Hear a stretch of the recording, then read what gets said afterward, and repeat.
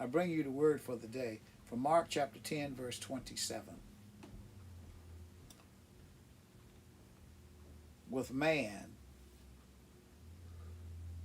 things are impossible, but nothing is impossible for God. This is a conversation that Jesus is having with his disciples, in which he's talking about riches and talking about how hard it is for a rich person to get into heaven. Because this young man that we talked about earlier yesterday, when Jesus told him to sell all that he did, he was sad and he didn't want to do that. He didn't want to give up everything that he had to distribute it to the poor. And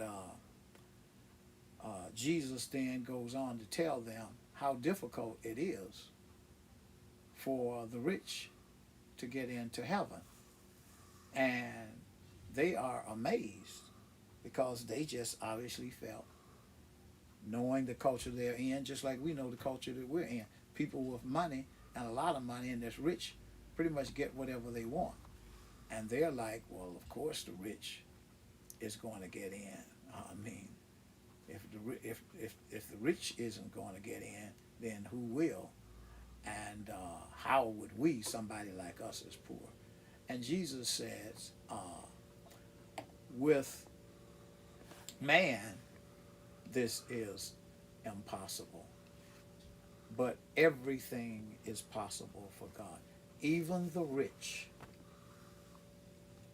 heart can be changed. And there are many people that we see, Joseph of Arimathea, um, Nicodemus, and many other people who were Jews, and some was on the other side of not accepting him, but they changed as they encountered Jesus.